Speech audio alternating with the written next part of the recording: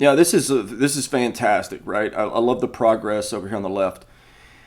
And I'm bringing up this on the right because this is when you guys first started doing the dynamic balance drill, right? And a lot of the problems that kids first have when we're doing dynamic balance is going to be present in every kid learning it. Is that it's hard from a no stride position and no weight shift to trust some of the movements that we're working on. But I think it's absolutely necessary, right? Because if we take a player from the isolation drills on the knee and bring them to their feet and say, all right, just hit. Let's see if something's changed. And their first step in their swing is going to be, okay, pre-swing. I got to bring back my old load, my timing move, right? That's the first step of their old habit pattern. And so by stripping that initially, it allows a player to feel something new and to try to work on something new.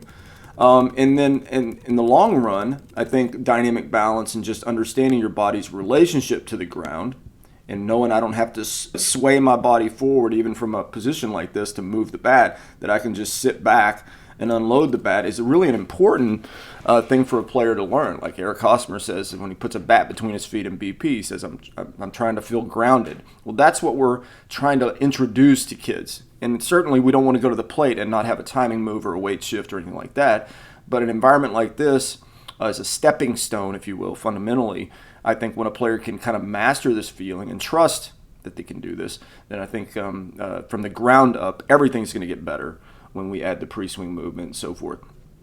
Right, so it would certainly look like, right, that if you looked at the difference between, just this a couple of videos back that you sent, or he was getting no range of motion back through space once we took him to his feet. And this is every time a player goes from the isolation drills to the dynamic balance round, right? I don't expect them to be perfect. I expect old habits. I expect to see some weird stuff, some different stuff. And when we're patient and we can identify the problem in the feeling, it's not a problem at all. Yeah. And so over on the right, we recognize, hey, all right, so this is a perfect example of, I think I've said in a video previous to this to you that, the arms and hands in drills like this should feel like they're in a constant state of extension. If you look at what a lot of people say about top hand arm, for instance, they say there's a power L or something like that, and that if a player can turn the power L into position, that they're going to be a better hitter, And, this may not be visually a perfect description of what those people were talking about when they're saying that, but it always promotes, these ideas always promote that there's a bent arm phase of the swing, and then there's a straightening phase of the swing. And that doesn't exist. There should always be the arms and hands that are holding the bat, right? If we're trying to, there's a ball flying from out front, I'm not just going to turn my arms and hands with my body, and then there's a straightening phase, right? The arms and hands should always feel like they're in a state of extension. And so by working on the equalizer progression and feeling more range of motion, it's absolutely necessary. And 9-10 years ago, I would have talked about the differences in these two swings on the left and the right. On the left, he's getting a power V. Well, power V is certainly a characteristic or property in a good swing, right? Or extension, if you would say, on a tee, for instance. But to me, it indicates something different than what I used to think it indicated.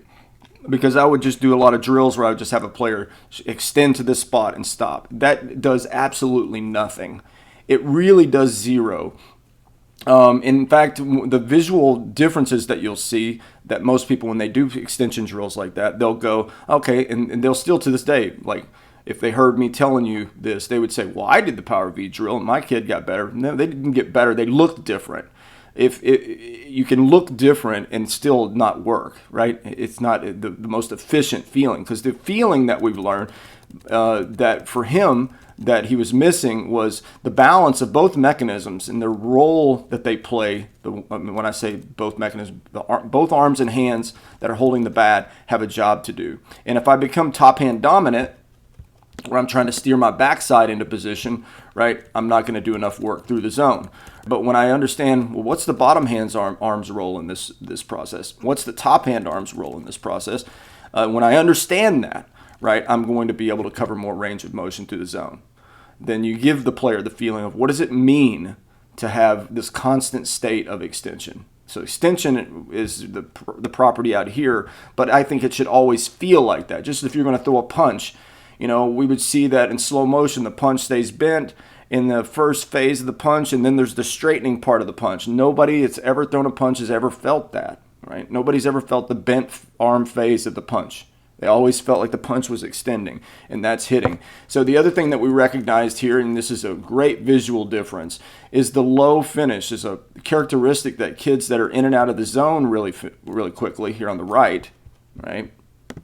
The barrel going under his shoulder there and tipping down right there is always an indication for kids. It doesn't mean you won't see pro hitters sometimes with going flatter around their front shoulder, but this is an indication typically for kids that they're not covering as much range of motion back through space. And so the higher finish sometimes is an exaggeration. The higher finish allows the player to feel this phase of the swing more.